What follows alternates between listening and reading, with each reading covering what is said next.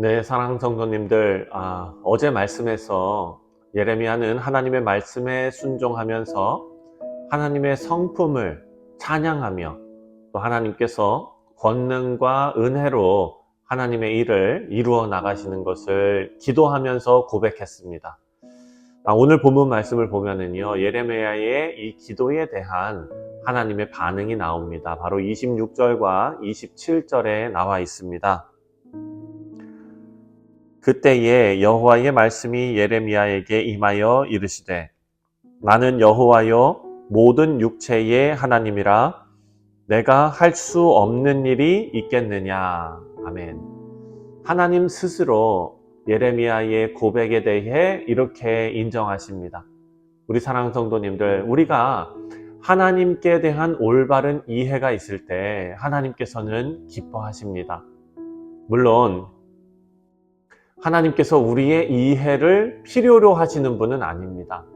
우리가 이해를 하든지 못하든지 그것과는 아무런 상관없이 하나님께서는 권능과 은혜를 베푸시는 그런 하나님이십니다. 하지만 자녀들이 부모의 마음을 조금이나마 헤아릴 때 부모가 기뻐하지 않습니까? 하나님께서도 하나님의 자녀된 우리가 하나님에 대한 이해가 점점 깊어질 때 하나님께서도 기뻐하십니다. 하나님께서는 유다를 멸하실 수도 있는 분이시고 동시에 유다를 회복시키실 수도 있는 분이십니다. 하나님께서는 찢어지는 마음으로 하나님 앞에 기도하는 이 예레미야를 향해서 하나님의 권능을 말씀하시고 이어서 하나님께서 택하신 백성을 회복시키시는 그 약속에 대한 확신을 예레미야에게 심어주십니다.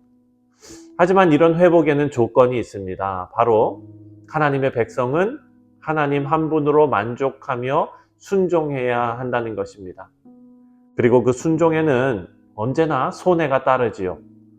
결국 그 손해가 유익이라는 사실을 깨닫게 되는 순간이 반드시 온다라는 것을 우리는 기억해야 합니다. 27절 말씀에 나온 대로 하나님을 모든 육체의 하나님이다 라고 말씀하시면서 할 수 없는 일이 없으시다 라고 말씀하십니다. 예레미야는 하나님 앞에 기도하면서 가장 먼저 하나님께서는 천지를 지으신 창조주이십니다 라는 것을 고백하며 하나님께서는 할 수 없는 일이 없으십니다 라고 스스로 고백했습니다. 하지만 예레미야는 하나님의 전능하심을 고백하면서 기도했음에도 불구하고 멸망을 앞둔 유다의 회복에 대해서는 자신이 없었습니다. 어제 본문 25절을 보면은요, 예레미야는 자신의 친족의 땅을 구입하는데 그 땅을 하나님의 명령에 순종함으로 행하는데 하나님께 순종은 하지만 순종에 대한 확신이 없었던 것을 우리가 기억합니다. 이런 예레미야를 향해서 하나님께서는 하나님의 전능하심을 나타내신 것입니다. 하나님께서는 인간의 도움을 받아야 할 대상이 아닙니다. 예레미야가 땅을 구입하는 것이 하나님을 위해서가 아닙니다. 이스라엘의 회복을 상징적으로 나타내시기 위한 하나님의 방법일 뿐입니다. 예레미야가 땅을 구입하면서 어차피 멸망할 나라의 땅을 하나님 돈 주고 구입하는 것, 이거 손해 아닙니까? 이런 생각이 들었을 수도 있습니다. 하지만 그런 순종은 결국 큰 유익이 있다는 것을 우리가 알 수 있습니다. 여러분, 우리가 이 땅에서 손해보는 것 같은 순종으로 하나님께 나아가지만 그 순종은 결국 비교할 수 없는 유익으로 우리에게 돌아올 것입니다. 땅에서 수고하며 씨를 뿌리지만 그 수고로 인해서 큰 결실을 맺을 줄 믿습니다. 이런 결실이 약속되어져 있는데요, 우리는 스스로 우리의 삶을 파괴하는 일을 행하는 것을 우리가 봅니다. 그리고 그 일은 외부의 어떤 세력이나 외부의 어떤 적이 아니라 우리 안에 있는 내면의 죄라는 것을 깨닫게 됩니다. 29절과 30절 말씀입니다.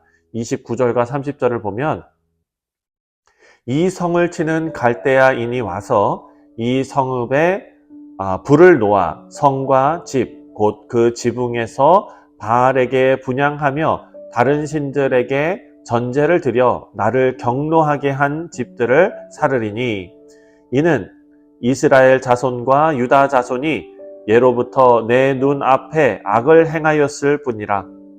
이스라엘 자손은 그의 손으로 만든 것을 가지고 나를 경노하게 한 것뿐이니라. 여호와의 말씀이니라. 하나님께서는요, 유다가 하나님의 심판으로 바벨론 군대에 끌려가게 될 것을 말씀하시면서 그 이유를 분명하게 설명하셨습니다.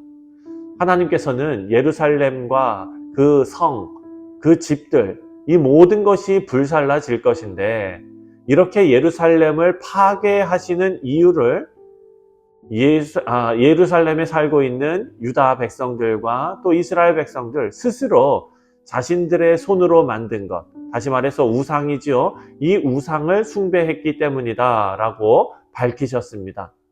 하나님께서는 이스라엘을 통해 영광과 찬송, 예배를 받으시기를 위해서 출애굽시키신 것 아닙니까? 그런데 이들의 반응은 하나님께 돌려야 할 마땅한 예배를 우상을 숭배하면서 하나님을 배신한 것입니다. 역사적으로 보면 유다나 예루살렘이 멸망한 것은 바벨론이나 아수르처럼 외부의 강한 나라 때문이라고 생각할 수 있습니다. 하지만 이것은 외부의 적 때문이 아니라 내면의 죄 때문이었다라는 것을 하나님께서 밝히십니다. 여러분, 우리 신앙도 마찬가지입니다. 우리가 영적으로 망하는 것은 외부의 적이 아니라 우리 내면에 있는 죄 때문입니다. 우리가 각별히 주의하며 다스려야 할 것은 외부의 적 또는 재난이 아니라 그런 어려움을 초래하는 우리 내면의 죄라는 것을 꼭 명심해야 될 것입니다. 우리가 하나님을 떠나면 위기에 직면했을 때 그 이유를 발견하는 데 오랜 시간이 걸립니다. 하지만 영적으로 민감한 거룩함을 가지고 사는 성도들은 민감하게 반응하여서 하나님 앞에 엎드려 회개하며 돌아오게 됩니다. 우리 사랑하는 성도님들, 우리 모두 영적으로 둔감해서 내 안에 자라고 있는 죄를 살피지 못하는 어리석음이 없으시기를 바랍니다. 그 대신 늘 하나님 앞에 우리 자신을 돌아보면서 하나님과 거리낌 없이 막힌 담을 모두 허물고 주님과 동행하시는 우리 뉴욕 성실 장로교회 복된 성도님들 다 되시기를 주님의 이름으로 축원드립니다. 기도하겠습니다.